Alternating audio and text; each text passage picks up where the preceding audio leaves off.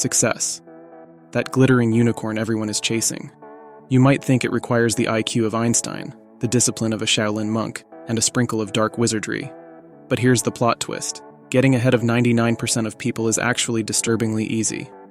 How, you ask? Because most people, bless their hearts, do absolutely nothing. Let me break it down for you. Picture humanity as a race. You'd expect fierce competition, right? A frantic dash towards greatness?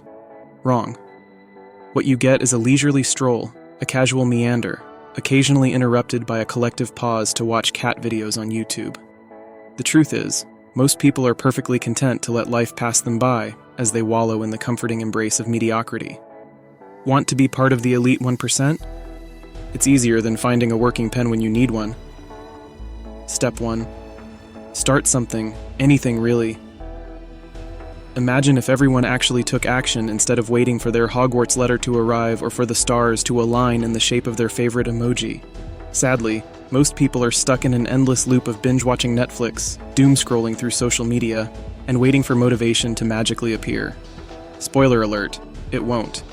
Motivation is about as reliable as a politician's promise and twice as elusive. Doing something is like discovering fire in a world where everyone else is perfectly content to freeze to death, while they binge on the latest season of whatever. Want to start a blog? Write that first post about your cat's bizarre obsession with cardboard boxes. Thinking of learning the guitar? Strum that first chord, even if it sounds like a goat with a sore throat. The bar is so low you'd need a shovel to get under it. Most people are waiting for a grand epiphany, a lightning bolt of inspiration to strike them while they're lounging in their pajamas. But here's the unvarnished truth. Lightning bolts don't strike couch potatoes. They strike people who are out there, in the world, preferably not in a thunderstorm, trying to make things happen. So, if you want to get ahead, start by putting on some pants and doing something. The magic of doing something is that it sets off a chain reaction. Start writing that terrible YouTube video, and before you know it, you're halfway through, and it's only moderately terrible.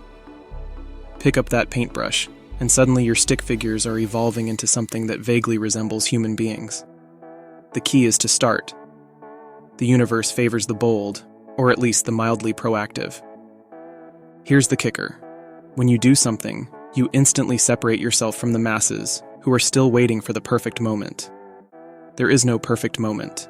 There's just now, and now is a pretty good time to start being awesome. Remember, the difference between those who succeed and those who don't isn't talent or luck. It's the simple act of taking that first step. Most people won't. They'll stay stuck in their comfort zones, dreaming about what they could be if only they got off their butts. Meanwhile, you, dear viewer, will be out there doing things, making progress, and leaving the 99% in the dust. The dust, mind you, which they haven't cleaned in months because what's the point? Step 2. Keep doing it. Consistency is your secret weapon. It's like the secret sauce in Grandma's spaghetti.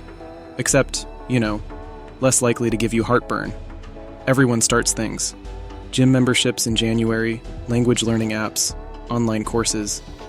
The graveyard of abandoned projects is vast and sad, like an elephant graveyard, but with more unused yoga mats and half-read self-help books. Let's be honest, starting something is easy. It's thrilling.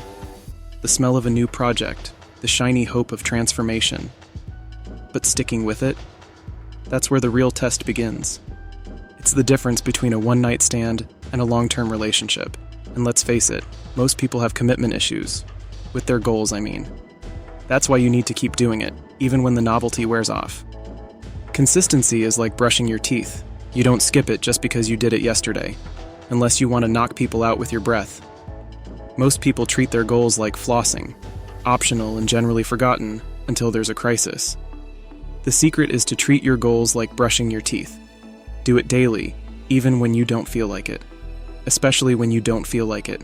Because let's be honest, if we only did things when we felt like it, we'd all be living in a perpetual state of pajama-clad laziness, binge-watching videos, and eating cereal straight from the box. Sticking with something, even just a little bit each day, makes you a legend in a world of flakes. It's like being the one person who actually reads the terms and conditions before clicking, I agree. Mind-blowing, I know. So, if you've decided to learn Spanish, don't just quit after you've mastered hola and taco. Keep going. If you've taken up jogging, don't stop after the first mile leaves you feeling like you've been hit by a truck. Keep running. The key is to be persistent, like a mosquito in a dark room that never goes away. Life is a marathon, not a sprint. And in this marathon, most people drop out after the first mile, wheezing and clutching their sides, while you, dear viewer, will be chugging along, slow and steady. Consistency trumps intensity. It's better to work on your goals a little bit every day than to go all out for a week and then burn out faster than a cheap candle. Consistency also means embracing the mundane. Not every day will be a thrilling adventure. Some days will be about as exciting as watching paint dry or waiting for your phone to charge. But those are the days that count the most. Because while everyone else is off chasing the next shiny object, you'll be steadily working towards your goal, inch by inch, day by day, building momentum like a snowball rolling down a hill. A very large, very steep hill, with ice, and maybe some penguins for good measure. Step 3. Learn from mistakes. Mistakes, the unsung heroes of personal growth. Most people treat mistakes like an embarrassing rash, something to be hidden away, denied, and definitely not talked about at parties. But here's the plot twist. Mistakes are not only inevitable, they're absolutely necessary. Most people are terrified of failure. They treat it like it's the plague or worse, like it's pineapple on pizza. The truth is, mistakes are your best teachers. They're like that brutally honest friend who tells you when you have spinach in your teeth, or when your haircut makes you look like a confused poodle. The first step to learning from mistakes is to admit you made one. I know, shocking, right? Admitting you made a mistake is like farting in an elevator. It's uncomfortable, everyone knows it happened, and the sooner you acknowledge it, the better. Yes, I did send that email to the wrong person and called my boss, Mom. But look how much I've learned about double-checking email addresses. Mistakes are the universe's way of saying, hey, pay attention. They're like life's pop quizzes. And like any good student, you need to study them. Did you fail spectacularly at something? Great. Now you know what not to do. Consider each mistake as a stepping stone, or if you're more of a pessimist, as a stumbling block that you've now learned to avoid. Mistakes often lead to the best discoveries. Remember, penicillin was discovered by accident. So was the microwave, and probably the concept of deep frying everything. Sometimes, a glorious success is hiding right behind a colossal screw-up. So, when life hands you lemons, don't just make lemonade. Make lemon meringue pie, lemon chicken, and a lemon-scented cleaning product empire. The more you learn from your mistakes, the less you'll fear them, and the more unstoppable you'll become.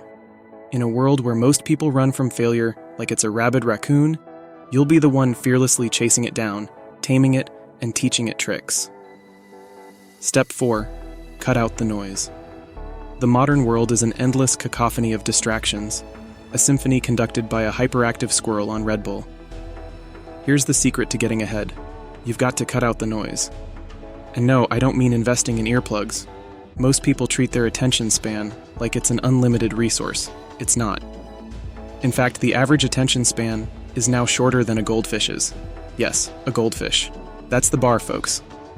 And while we're busy being distracted by the latest cat video or the 17th email from that store we bought one thing from 5 years ago, life's real opportunities are slipping through our fingers like sand through a sieve.